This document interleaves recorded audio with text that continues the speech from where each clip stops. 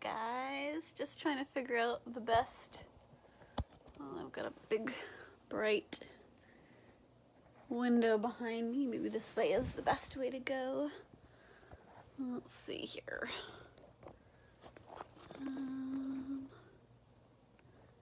This can work, maybe.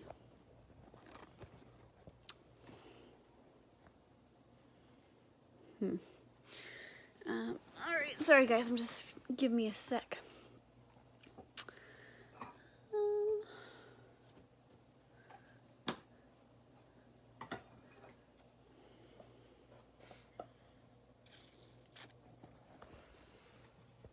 All right, I think this will work.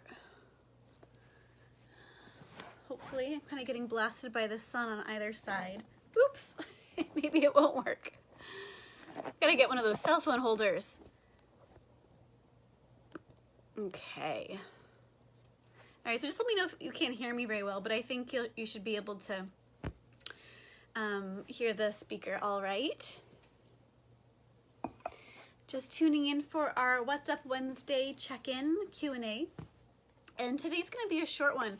I didn't get a ton of questions from you guys this week. And so I'll just be answering the one that I got, unless anyone's gonna tune in to ask me anything live, which you're always welcome to do. And you're also always welcome to just email me or direct message me your questions privately if you don't want to ask them live. But I'll just give it a couple minutes here before I dive into the one question. So if you do have anything that's on your mind, you want to ask, any curiosities, feel free to punch them on into the comments box, and I can't answer them now. Or again, you can always email me and I'll answer them next week for you. So totally up to you. But the one question that I did get this week was around a post that I put up on my Jupiter's Labyrinth page around something called limpia. And it's a, from what I understand, it is a practice done primarily in South America. And I learned it from Rocio Alcaron. I always pronounce her last name wrong, so I'm sorry if I butchered that. But she's an incredible shaman from Ecuador, and she comes to the women's herbal conferences and sometimes the international herb conferences as well. So I've been able to take several little mini courses with her, and she's fantastic. So limpia it's a way of clearing energy from the body. So if you've followed me for a little while, you've probably heard me talk about smudging and space clearing and the importance of sloughing off energy that either isn't serving us or isn't our own and has kind of clung on to us. And this happens in particular with people who are just more sensitive, more empathic, if you will, or just, have a hard time shaking things off, and they can feel really deeply with energies and, even like emotions of others and watching the news, lots of things that are just whirling around us in everyday life, and they feel like there's like literal Klingons of stuff that's not them, and yet, they feel stuck. So limpia is a really beautiful practice that you, instead of burning herbs or instead of using singing bowls or what it might be, you actually use fresh plant material and you gather it. Of course, you always ask permission from the plants, give them a gift in return for harvesting them, and you take it like in a big sort of like bushel, like imagine like a big bouquet, if you will. And the aromatic herbs are the best for this because honestly it just makes it a nicer experience to smell as you're doing it. But also there's just more vitality there when you have the aromatic quality. So mugwort is one of my favorites to do for this, but anything, obviously rose has a lovely scent, but it also has thorns, so you wouldn't want to do that. Basically what you do is you take that bundle of plants, and sometimes people will dip it in water and kind of use the water to kind of wash themselves down with, but basically it's kind of like you're whipping yourself, and you're just, often there's a sound that comes with it that I find it feels funny at first when you're doing this, but when you practice it, it feels very powerful. I actually enjoy doing it, but often it's a shoo, shoo, shoo, shoo, shoo. And you take the plants and you're sweeping your body from head to toe, and you're kind of slapping the ground with it as well. So it's like a total it's clearing, and the plants are kind of taking the energy off of you and grounding it into the earth and grounding it into their body. And you just do it until you feel cleared, and maybe you have to do it several times with fresh plants, you know, fresh bundle of plants, but it's really powerful. It feels really good. It's a ritual and an act of just like ridding yourself of the energies that don't feel good or appropriate to you, or maybe it's just that you've had a rough day and you're just trying to shake off the day. Sometimes it's hard to do that, you know. I think everyone can relate to that. So Limpia, this is a perfect time to practice Limpia, and you can look up, you know, certainly if you were to go to South America, there's a longer process to it than that. There's a lot of different things that the shaman will do for you during this process, but you can look up YouTube videos if you want more specifics. But a lot of it is just the sweeping of the plants on your body from head to toe, making that sound, and then when you're done with the plants, go and bury it in the ground. Go get rid of the plants, because it's holding on to all the energy that you were sloughing off, and of course give thanks to it. So I love doing Limpia. This is the time to go out and, you know, harvest plants that are wanting you to go ahead and utilize them for this purpose. You know, this is the growing season, so take advantage. You really can't do Limpia as well with dried herbs, so it's so nice to gather those big huge bundles again and just clear yourself. It feels so nice. And then you might even do a ritual bath with the plants after as well, a different set of plants, not the plants you used for the cleansing, but you know, maybe even a foot soak. Using fresh plants right now is such a gift. You know, there's so much more vitality and scent and aroma. And hello, Amy. And it's a really wonderful time to do so. In fact, I was pulling up a bunch of mugwort out of my garden yesterday, and I'm like, man, I should be, you know, saving this for Olympia. And I just didn't have the time, unfortunately, because my gardens are an hour away. But mugwort, again, is one of my favorites. So next time I'm definitely going to harvest extra for that. So that was just my one question today, guys. I didn't have any other takers. So if there's anything on your mind, any curiosities about anything, seriously, anything goes, that you want to punch in here, feel free. And I know I'm redundant, but again, if you want to stay anonymous, you can certainly always email them to me as well, because I'm going to be showing up here every week regardless, to say hello and maybe answer a question or two. So feel free. But I'll hang out here for another moment or so just to see if there are any takers on any questions or curiosities, or just shout outs like, hey, what's going on in your garden? What are you growing? Awesome, Amy. What's your question?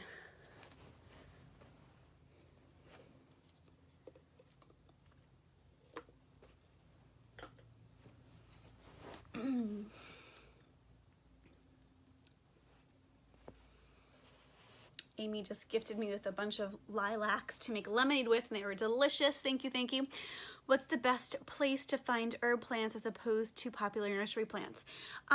So if you check out, actually on Facebook, I think they're a little bit more active, the New Hampshire Herbal Network, and you can also find them through Blackbird's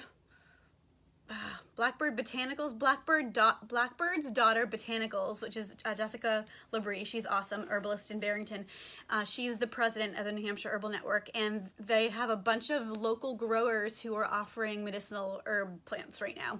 And most of them are like the, you know, safe, the distance pickup at farms and in different locations around New Hampshire. So check that out. I'm trying to think. Misty Meadows has been having plant sales. I know they're on the list too, but I'm just trying to think of ones off the top of my head.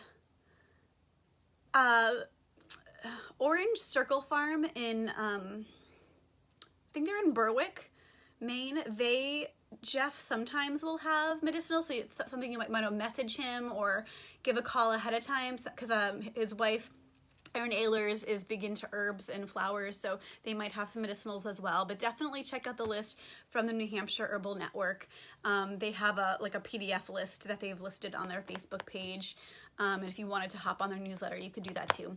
But that's a great question, because it is harder to find medicinals at regular, you know, plant locations. And I will say Wentworth Gardens does sometimes have it, but I don't, as much as I love them, they don't really focus on, you know, the GMO seed pledge people and the organic end as much as I would like them to. They support a lot of the companies that still use those practices. So it always bums me out a little bit, but they do great stuff. So not dissing on them. It would be awesome the day they do more organics and more non-GMO stuff. Yes, you just playing some calendula. Yeah, hold on, I'm gonna have to, it says click to see more. Okay, so it's the aerial parts of calendula that are used typically, but really it's the blossoms that have the most medicine in them, and you can tell because they're really sticky, like they should be really resinous. So when they're blooming, that's really when you want to pop the tops off. Certainly, trying to think. Yeah, you don't really have to take the stems like when you're harvesting unless you're going to for like a nice centerpiece or vase or whatnot. But just chop them off, and all it will do is just promote more growth in the plant. So I will say, like, within the next, mine are not budding yet, but I just got them in the ground a couple weeks ago. I would say in the next 2 to 3 weeks, you should start seeing some calendulas blooms if they're already, I don't know if did you say you bought plants or seeds? I don't know if you, whichever. But infusing them into oil is the best for skincare, or tincture actually. Tincture can be nice too because you can use the tincture as a preservative. Like let's say you're making lotion and you needed a natural preservative, you can actually use calendula tincture instead of you know, some of the other preservatives out there. But as far as an oil, just making sure that you're really mindful of drying out the blossoms a little bit before you infuse them, because they do have moisture in them, and water will turn the oil bad pretty quickly if there's too much of it. But solar infusions, especially like if this is the start of our spring, and who knows if we're going to go straight through summer with really hot days like this is awesome for solar infusions. So really the simplest way is to fill a mason jar completely filled of the blossoms, you know, and they're just dried out maybe for like a half an hour in the sun just to dry out a little bit of the moisture. You don't want to pack them, but you want to fill the jar, and then you want to make sure that there's at least like a 1/4 to 1/2 inch of oil completely covering all the blossoms. You want to mix it up with a chopstick, get as many of the air bubbles out as possible, and then pour oil so much so that it creates a dome over the open part, you know, like over the top of your mason jar, so that when you put a cap on, and you'll want to probably put a little parchment paper over it before you put the mason jar cap, it'll ooze over, like, so it's going to be messy, it's going to ooze over, and you're going to completely seal the oil in, and that's because you don't want air and you don't want water getting in there, because it will spoil your whole experiment and it'll be a bummer. And then you find a sunny spot for it, leave it there for 6 to 8 weeks. You know, when it's outside, sometimes it rains, sometimes there's dirt involved, so you want to always wipe the glasses clean, give it a good shake, send it some good energy, and put it back in a sunny spot. This takes a little bit longer if we're not getting a ton of sun, so you can also heat them in the crock pot, you know, put a water bath basically, but you would want to do it under 100 degrees Fahrenheit, because if you get too much heat, the calendula, medicinal parts of calendula will cook off. Okay, great. So your plants are already blooming. So yeah, the hard part about it depends on how much calendula you have, because sometimes it's only like 1 bloom a day, and then you're just like, okay, well, I have 1 waiting for oil. So sometimes you have to do a combination of fresh blossoms and dried blossoms, and it's totally fine. I mean, it's great when you have enough calendula planted that you can get enough to fill in a mason jar, but sometimes that's not the case, so if that makes sense to you. I had one year where I didn't have a lot of calendula, and I just got those like the really small mason jars, and I would just put a couple and slowly fill it with oil, and then I'd add a couple more, and you can do that. It risks a little bit more of the contamination with the water and air factor, but it ended up working okay. But yeah, so I know it's like we need the space to have fields of calendula so that we can actually get more of a harvest out of it for medicine. But excellent question.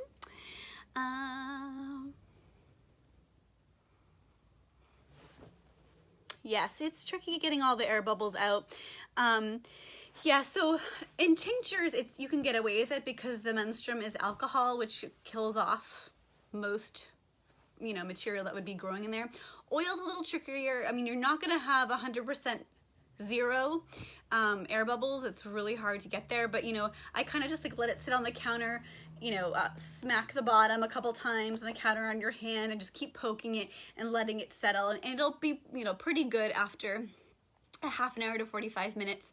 And just know that when the calendula starts to extract into your oil, you'll see this kind of brownish golden color seep out, and that is not mold growing, that's the resin that's being extracted. When this oil goes bad, you'll smell it immediately. It'll be like, ugh, like it'll be like rancid, and it'll be like a thick gloppy, almost like snot, like mucus floating around in there. So you'll know, okay, my oil's gone bad. But really with tinctures, you can get away with air bubbles a little bit more.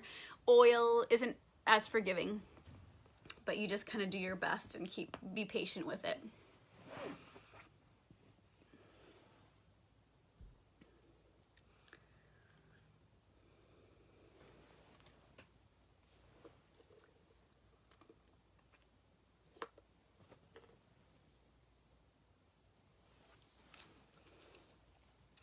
Well, thank you for your questions, Amy. If there's anyone else who has any curiosities, make sure I didn't miss any, you're welcome.